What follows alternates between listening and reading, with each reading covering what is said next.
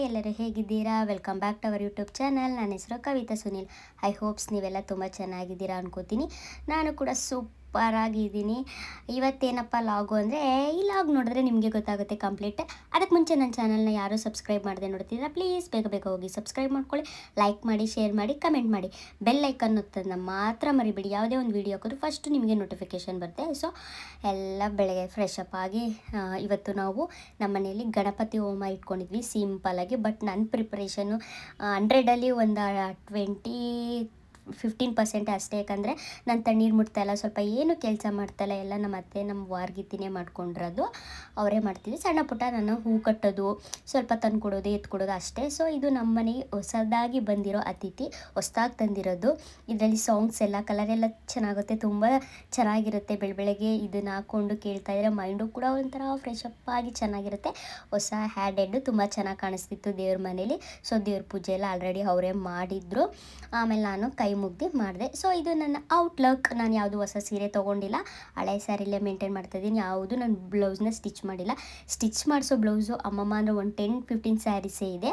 So ನಾನು ಯಾವುದು stitch ಮಾಡಿಸಿಲ್ಲ. ಪಾಪು ಫೀಡಿಂಗ್ ನಿಲ್ಲಿಸಿ ನಾನು ಯಾವ ಥರ ಮೇಂಟೈನ್ ಮಾಡ್ತೀನಿ ಫಿಗರ್ನ, ಬಾಡಿನ, ಅದ್ರ ಮೇಲೆ ಸ್ಟಿಚ್ ಮಾಡಿಸೋಣ ಅಂತ ಸುಮ್ಮನೆ ಆಗಿದ್ದೀನಿ. ಇದೇ ಉಟ್ಕೊಂಡೆ ಸಿಂಪಲಾಗಿ ಸಾಕು. ನನಗೆ 2 ಮಕ್ಕಳನ್ನ ಮೇಂಟೈನ್ ಮಾಡೋದೇ ತುಂಬಾ ಕಷ್ಟ.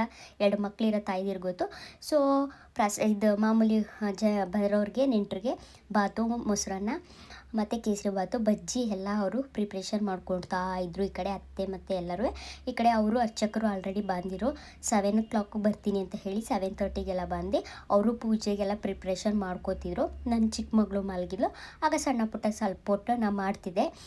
ಯಾಕಂದರೆ ಚಿಕ್ಕ ಮಗಳನ್ನ ನಾನು 100 ಅಲ್ಲ 200% ನಾನು ಮೇಂಟೈನ್ ಮಾಡಿಬಿಡ್ತಾ ಇದ್ದೀನಿ. ಆ ದೊಡ್ಡ ಮಗಳು ಮೇಂಟೈನೇ ಮಾಡೋಕ್ಕಾಗ್ತಾಯಿಲ್ಲ. ತುಂಬ ಪೊಸಿಸಿವ್ ನೋವ್ಸ್ ಒಂಥರ, ಇಲ್ಲ ಹೊಟ್ಟೆ ಕಿಚ್ಚು ಒಂಥರ ಗೊತ್ತಿಲ್ಲ. ಅವಳನ್ನ ಎತ್ಕೊಂಡಾಗಲೇ ಎತ್ಕೋ, ಅವಳಿಗೆ ತಿನ್ನಿಸುವಾಗಲೇ ತಿನ್ನಿಸು, ಅವಳನ್ನ ಕೆಳಗೆ ಮಲಗಿಸು, ನಾನು ತೊಟ್ಲಲ್ಲಿ ಮಲ್ಕೋತೀನಿ. ಅವಳ್ದ 1-2 ಅಲ್ಲ, ಬಟ್ ಎಲ್ಲ ಮಕ್ಕಳು ಇದೇ ಥರ ಇರ್ತಾರೋ ಇಲ್ಲ ಇವಳೊಬ್ಳೇನೋ ಹಿಂಗೆ ಅಂತ 2 ಮಕ್ಕಳು ತಾಯಿ ಇರೋರು ಪ್ಲೀಸ್ ನನಗೆ ಕಮೆಂಟ್ ಸೆಕ್ಷನಲ್ಲಿ ಕಮೆಂಟ್ ಮಾಡಿ. ಸೊ ನೋಡಿ, ಸಿಂಪಲಾಗಿ ಕ್ವಿಕ್ಕಾಗಿ ಎಲ್ಲ ರೆಡಿ ಮಾಡಿ ಪೂಜೆನೂ ಆಲ್ರೆಡಿ ಶುರು ಮಾಡಿಕೊಂಡ್ರು. ಹೋಮ ಸುಡೋ ತನಕ ನಾನು ಸ್ವಲ್ಪ ಅಲ್ಲೇ ಪಕ್ಕದಲ್ಲಿ ಕೂತಿದ್ದೆ. ಆಮೇಲೆ ಹೋಮ ಸುಡುವಾಗ ಪಾಪುಗೆಲ್ಲ ಕಣ್ಣಿಗೆ ಇದಾಗ್ಬಿಡುತ್ತೆ ಬೆಂಕಿ ಅಂದ್ಬಿಟ್ಟು ನಾನು ಎದ್ಬಿಟ್ಟೆ. ಅದಕ್ಕೆ ಸೈಡಲ್ಲಿ ನಿಂತ್ಕೊಂಡು ಆದಷ್ಟು ನಾನು ವೀಡಿಯೋಸ್ ಮಾಡಿಕೊಂಡೆ. ಇಲ್ಲಿಂದನೇ ದೂರದಿಂದ ಕೈ ಮುಗಿದೆ. ಯಾಕಂದರೆ ಮಕ್ಕಳಿರೋ ಟೈಮಲ್ಲಿ ಈ ಥರ ಎಲ್ಲ ಪೂಜೆ ಕೂತ್ಕೊಳ್ಳೋದು ಸ್ವಲ್ಪನೇ ಕಷ್ಟ, ನಿಮಗೂ ಗೊತ್ತಿರುತ್ತೆ. ಹೋಮ ಎಲ್ಲ ಮಕ್ಕಳಿಗೆ ಹೋಗೋದು ಆಗೋದು ಎಲ್ಲ ಸ್ವಲ್ಪ ತೊಂದರೆ ಆಗುತ್ತೆ. ಜಶ್ವಿಕಾನು ಕೂಡ ನಾನು ಎದ್ದು ಬಂದೆ ಅಂತ ಅವಳು ಎದ್ದು ಬಂದು ನನ್ನ ಪಕ್ಕ ನಿಂತ್ಕೋತಾರೆ. ಸೊ ಇವರು ನಮ್ಮ ಮೈದ, ನಮ್ಮ ವಾರ್ಗಿತಿ, ನಮ್ಮ ಅತ್ತೆ ಮಾವ. ಈ ಕಡೆ ನಾವು ಕೂತಿದ್ವಿ, ಯಾಕಂದರೆ ನನಗೆ ಎದ್ದೋಗೋಕ್ಕೆ ಕಂಫರ್ಟೇಬಲ್ ಆಗಲಿ ಅಂತ. ಸೊ ಆಮೇಲೆ ಒಬ್ರ ಕೈ ಹಂಗೆ ಪಕ್ಕ ಇಡಿಸಿ ವಿಘ್ನೇಶ್ವರಂಗೆ ಫಸ್ಟು ಅಭಿಷೇಕ ಮಾಡಿದ್ರು. ಸೊ ಅದಾದಮೇಲೆ ಮಾಮೂಲಿ ಪೂಜೆ ಎಲ್ಲ, ಅದು ವಿಘ್ನೇಶ್ವರನ ಪೂಜೆ ಮುಗಿಸಿ ನವಧಾನ್ಯದ್ದು ಅದು ಪೂಜೆ ಮುಗಿಸಿ ಆಮೇಲೆ ಹೋಮ ಶುರು ಮಾಡಿಕೊಂಡು ಮುಗಿಸ್ಬಿಟ್ರು. ಅವ್ರು ಬಂದು 8:30ಗೆ ಪೂಜೆ ಶುರು ಮಾಡಿದ್ರೆ 9:30 10 ಗಂಟೆಗೆಲ್ಲ ಪೂಜೆ ಮುಗೀತು. ಸ್ವಲ್ಪ ಸತ್ಯನಾರಾಯಣ ಪೂಜೆ ಆದರೆ ಲೇಟ್ ಆಗುತ್ತೆ, ಗಣಪತಿ ಹೋಮ ಎಲ್ಲ ಬೇಗ ಆಗುತ್ತೆ ಅಂತ. ಸೊ ಬೇಗನೆ ಇಟ್ಕೊಂಡಿದ್ರು, 7ಗೆ ಬರ್ತೀವಿ ಅಂತ. ಸ್ವಲ್ಪ ಇನ್ನೂ 7ಗೆ ಬಂದಿದ್ರೆ ಇನ್ನೂ ಬೇಗ ಆಗ್ತಿತ್ತು, ಮೇ ಬಿ ಇರ್ಬೋದು. ಸೊ ಹೆಂಗೋ ಕ್ಲೀನಾಗಿ ಯಾವುದೇ ಭಿನ್ನ ಆಗದೆ ವಿಘ್ನೇಶ್ವರ ಎಲ್ಲ ಕ್ಲೀನಾಗಿ ಅರ್ಪಿಸ್ಕೊಂಡವನೇ ಅನ್ಕೋತೀನಿ.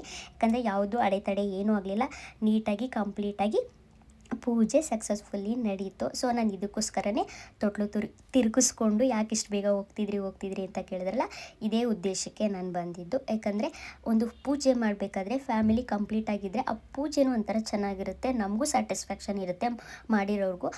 ಯಾರೋ ಒಬ್ಬರು ಮಿಸ್ ಆಯಿತು ಅಂದರೆ ಆ ಸ್ಯಾಟಿಸ್ಫ್ಯಾಕ್ಷನ್ ಸಿಗಲ್ಲ ಅಂತಾರಲ್ಲ. ಸೊ ಅದೇ ಥರ ಎಲ್ಲರೂ ಇರಲಿ ಅಂದ್ಬಿಟ್ಟು ಕರೆಸಿದ್ರು ನಮ್ಮ ಅತ್ತೆ. ಕಂಪ್ಲೀಟಾಗಿ ಮುಗಿಸ್ತೀವಿ. ಯಾಕಂದರೆ ಧನುರ್ಮಾಸ ಆದಮೇಲೆ ಮಾಡೋದು ಬೇಡ, ಈಗಲೇ ಮಾಡ್ಕೊಬಿಡೋಣ ಧನುರ್ಮಾಸದ ಒಳಗೆ ಅಂತ ಈಗ ಹೋಮ ಶುರು ಮಾಡಿಕೊಂಡ್ರು. ಪೂಜೆ ಮಾಮೂಲಿ ಗೊತ್ತಲ್ಲ, ಇದ್ರ ಬಗ್ಗೆ ಎಲ್ಲ ಸುಮಾರು ಜನ ಮಾಡಿಸಿರ್ತೀರ, ನಾನು ಸ್ಪೆಷಲಾಗಿ ಹೇಳೋ ಅವಶ್ಯಕತೆಯೇ ಇಲ್ಲ. ಒಬ್ಬೊಬ್ಬರು ಒಂದೊಂದು ಹಾಕಿ ಅಂದ್ಬಿಟ್ಟು ಕೊಟ್ಟಿದ್ರು. ಅವಲಕ್ಕಿ ಮತ್ತು ಇದೆಲ್ಲ ಅವ್ರು 3 ಜನ ಒಂದು ಹಾಕ್ತಿದ್ರು, ನಾನು ನನ್ನ ಹಸ್ಬೆಂಡ್ ನಮ್ಮ ಮಾವ ಒಂದು ಹಾಕ್ತಿದ್ವಿ. ನಾನು ಆಲ್ಮೋಸ್ಟ್ ಪೂಜೆಯಲ್ಲೂ ಕೂತ್ಕೊಳ್ಳೋಕ್ಕಾಗಲಿಲ್ಲ. ಯಾಕಂದರೆ ಪಾಪುಗೆ ಅವಳು ಸ್ವಲ್ಪ ಬೆಂಕಿ ನೋಡ್ಬಿಟ್ಟು ಇದೆಲ್ಲ ನೋಡ್ಬಿಟ್ಟು ಫೀಡಿಂಗು, ಅವಳು ಎದ್ದೇಳೋದು ಕೂತ್ಕೊಳ್ಳೋದು ನಾನು ಮುಂಚೆನೇ ಕೂತ್ಕೊಳ್ಳೋಕೆ ಮುಂಚೆನೇ ಅರ್ಚಕರನ್ನ ಕೇಳಿದೆ, ಹಿಂಗೆ ಕೂತ್ಕೋಬೋದ ಮತ್ತೆ ನಾನು ಏನೂ ಇಲ್ಲ, ಸ್ವಲ್ಪ ಹೊತ್ತು ಕೂತ್ಕೊಳ್ಳಿ, ಮಕ್ಕಳಿರುವಾಗ ಏನೂ ಮಾಡೋಕ್ಕಾಗಲ್ಲ ಅಂದರು. ಸೊ ಅದಕ್ಕೆ ನಂದು ಇದರಲ್ಲೂ ಸ್ವಲ್ಪ ಕಡಿಮೆನೇ ಆಯಿತು. ಏನೂ ಮಾಡೋಕ್ಕಾಗಲ್ಲ, ಎಲ್ಲ ದೇವ್ರಿಗೆ ಗೊತ್ತಿರೋದೆ, ದೇವ್ರಿಗೆ ಗೊತ್ತಿಲ್ಲದಿರೋದು ಏನೂ ಇಲ್ಲ, ಎಲ್ಲ ದೇವ್ರಿಗೆ ಗೊತ್ತಿರೋದೆ. ಹೋಮ ಕಂಪ್ಲೀಟಾಗಿ ಮುಗಿತಾ ಇದೆ, ಇನ್ನೇನು 5-10 ಮಿನಿಟ್ಸಲ್ಲಿ ಮುಗಿಯುತ್ತೆ. ಸೊ ಒಂಥರ ಏನೋ ಮನೇಲಿ ಈ ಥರ ಸತ್ಯನಾರಾಯಣ ಪೂಜೆ, ಗಣಪತಿ ಹೋಮ ಮಾಡಿಸಿದ್ರೆ ಮನಸ್ಸಿಗೆ, ಮನೇಲಿರೋರ್ಗೂ ಫುಲ್ಲು ಸ್ಯಾಟಿಸ್ಫ್ಯಾಕ್ಷನು, ಒಂಥರ ನೆಮ್ಮದಿ, ಒಂಥರ ಏನೋ ಬ್ಲೆಸ್ಸಿಂಗ್ ಫೀಲ್ ಅಂತಾರಲ್ಲ, ಆ ಥರ ಬ್ಲೆಸ್ಸಿಂಗ್ ಫೀಲ್ ಆಗ್ತಾ ಇರುತ್ತೆ. ಒಂಥರ ಹೇಳೋಕ್ಕಾಗಲ್ಲ, ಈ ಥರ ಚಿಕ್ಕ ಪುಟ್ಟ ಮನೆಯವರೆಲ್ಲ ಒಟ್ಟಾಗಿ ಸೇರಿ ಒಂದು ಪೂಜೆ ಮಾಡಿದಾಗ ಒಂದು ಫ್ಯಾಮಿಲಿ ಸ್ಯಾಟಿಸ್ಫ್ಯಾಕ್ಷನ್ ಇರುತ್ತೆ. ನಾವು ದೇವ್ರು ಮಾಡಿದ್ವಿ ಅನ್ನೋ ನಮಗೂ ಸ್ಯಾಟಿಸ್ಫ್ಯಾಕ್ಷನ್ ಇರುತ್ತೆ. ಸೊ ಆಗ ನಾನು ಕಂಫರ್ಟೇಬಲಾಗಿ ಪೂಜೆ ಮಾಡೋಕ್ಕಾಗಲಿಲ್ವಲ್ಲ ಅಂದ್ಬಿಟ್ಟು ನನ್ನ ಚಿಕ್ಕ ಮಗಳು ಮತ್ತೆ ಮಲ್ಕೊಂಡಲ್ಲ, ಅದಕ್ಕೇ ನಾನು ದೇವ್ರಿಗೆ ಕೈ ಮುಗಿದ್ಬಿಡೋಣ ಅಂದ್ಬಿಟ್ಟು, ಬೇರೆ ಏನಿಲ್ಲ ಕಣಪ್ಪ, ನನ್ನ ಮಕ್ಳಿಗೆ ಆಯುಸ್ಸು ಆರೋಗ್ಯ ಒಳ್ಳೆ ವಿದ್ಯೆ ಬುದ್ಧಿ ಕೊಟ್ಟು ಕಾಪಾಡು, ಅವ್ರನ್ನ ಶಕ್ತಿ ನಮಗೆ ಕೊಡು, ನನಗೂ ನನ್ನ ಗಂಡಂಗೆ ಅಂತ ಬಿಟ್ಟರೆ ನಾನು ಇನ್ನೇನು ಹಣ ಆಸ್ತಿ ಏನು ದೇವರಲ್ಲಿ ಕೇಳಲ್ಲ. ನನ್ನಲ್ಲಿರೋದು ಅದೊಂದೇ ಬೇಡಿಕೆ. ನನ್ನ ಬೇಡಿಕೆ ಒಳ್ಳೇದಿದ್ದರೆ ದೇವ್ರೂ ಕಾಪಾಡ್ತಾನೆ, ಇಲ್ಲ ಅಂತ ಹೇಳೋಕ್ಕಾಗಲ್ಲ. ಸೊ ಇದು ನೋಡಿ, ನಮ್ಮ ಮನೇಲಿ ಸಿಂಪಲ್ಲಾಗಿ ಯಾರನ್ನೂ ಕರೆದಿರಲಿಲ್ಲ, ಇಲ್ಲೇ ಸುತ್ತಮುತ್ತ ಫ್ಯಾಮಿಲಿ ಮೆಂಬರ್ಸು, ಅಕ್ಕಪಕ್ಕದವರು. ಸೊ ಅದಾದಮೇಲೆ ನನ್ನ ಬಂಗಾರಿ ನಮ್ಮ ಅಮ್ಮನೂ ಕರೆದಿರಲ್ಲ, ಬಂದ ತಕ್ಷಣ ಇಲ್ಲೂ ಆಮೇಲೆ ತುಂಬ ಜನ ಕೇಳ್ತೀರಾ ಪಾಪು ಹೋಗಿದ್ಲ ಅಂತ. ಅವಳಂತೂ ತುಂಬ ಚೆನ್ನಾಗಿ ಒಕ್ಕೊಂಡು ಎಲ್ಲರ ಜೊತೆನೂ, ನಮ್ಮ ಅತ್ತೆ ನಮ್ಮ ಮಾವ ಎಲ್ಲರ ಜೊತೆನೂ ಆಟಾಡ್ಕೊಂಡು ಇದ್ದಾಳೆ. ನಮ್ಮ ಅಮ್ಮ ಬಂದ ತಕ್ಷಣ ಕಿಲಿ ಅಂತ ನಕ್ಕೊಂಡು ಅವ್ರ ಜೊತೆನೂ ಹೋದ್ದು, ಅವ್ರನ್ನೂ ಕೂಡ ಮರ್ತಿಲ್ಲ, ಆಟ ಆಡಿಸ್ತಿದ್ರು. ಸೊ ಅಷ್ಟೊತ್ತಿಗೆ ನಾನು ಡ್ರೆಸ್ನ ರಿಮೂವ್ ಮಾಡ್ಕೊಂಡ್ಬಂದ್ಬಿಡೋಣ ಅಂದ್ಬಿಟ್ಟು ರಿಮೂವ್ ಮಾಡಿಕೊಂಡು ಬಂದು ಅವಳನ್ನೂ ಅದಾದಮೇಲೆ ಅವಳು ಮಲ್ಕೊಬಿಟ್ಲು, ಅಲ್ಲೇ ತೊಟ್ಲಲ್ಲಾಗ್ತದೆ. ಸೊ ಮಧ್ಯಾಹ್ನಕ್ಕೆ ಊಟಕ್ಕೆ ಬಾತು ಅದೇ ಹೇಳಿದ್ನಲ್ಲ ಮಾಡಿದ್ರಲ್ಲ, ಅದನ್ನೇ ನಾವು ಪೂಜೆ ಎಲ್ಲ ಮುಗಿಸಿ ಸ್ವಲ್ಪ ತಿನ್ನೋದು ಲೇಟ್ ಆಯಿತು.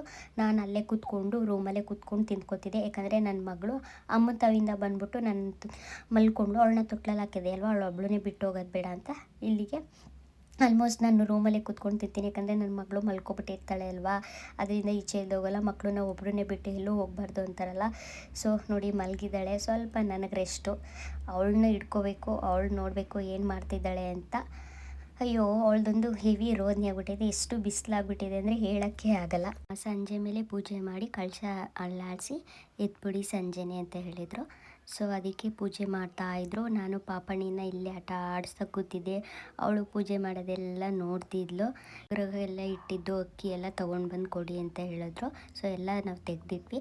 ಅದಾದಮೇಲೆ ನೈಟ್ಗೆ ಉಪ್ಪು ಸಾಂಬಾರು ಮಾಡಿದರು, ಬಿಸಿ ಉಪ್ಪು ಸಾಂಬಾರು ನಮಗೆ ತೊಗೊಬಂದು ಕೊಟ್ಟರು. ಪಾಪುನು ಇಲ್ಲೇ ಆಟಾಡ್ತಿದ್ಲಲ್ಲ, ಸೊ ನಾನು ಇಲ್ಲೇ ಊಟ ಮಾಡ್ತಾ ಕೂತಿದ್ದೆ. ಜಶ್ವಿಕ್ ಅವ್ರ ಅಜ್ಜಿ ಬಂದಿದ್ರಲ್ಲ, ಸ್ಕೂಲ್ಗೂ ಹೋಗಬೇಕಾಗಿತ್ತಲ್ಲ, ಸೊ ಊರಿಗೆ ಹೋಗ್ತೀನಿ ಅಂತ ಹೊರಟ್ಲು. ಅಲ್ಲಿ ಹೋದ್ಮೇಲೆ ಏನು ಮಾಡ್ತಾಳೆ ನೋಡಬೇಕು. ಸೊ ಈ ಲಾಗ್ ನಿಮಗೆಲ್ಲ ಇಷ್ಟ ಆಯಿತು ಅಂದ್ಕೋತೀನಿ. ಸ್ವಲ್ಪ ಆದರೂ ಇಷ್ಟ ಆಗಿದ್ರೆ ಈ ವಿಡಿಯೋಗೆ ಪ್ಲೀಸ್ ಒಂದು ಲೈಕ್ ಮಾಡಿ, ನಮ್ಮನ್ನು ಬೆಳೆಸಿ. ಲೈಕ್ ಮಾಡಿ, ಶೇರ್ ಮಾಡಿ, ಕಮೆಂಟ್ ಮಾಡಿ, ಬೆಲ್ ಐಕಾನ್ ಒತ್ತಂದ್ರೆ ಮರಿಬೇಡಿ. ಸೊ ನೆಕ್ಸ್ಟ್ ಅಪ್ಡೇಟ್ ವಿಡಿಯೋಗಳು ಬರ್ತಾನೆ ಇರುತ್ತೆ. ಸೊ ನೆಕ್ಸ್ಟ್ ವಿಡಿಯೋದಲ್ಲಿ ಸಿಗೋಣ, ಅಲ್ಲಿವರೆಗೂ ಟೇಕ್ ಕೇರ್.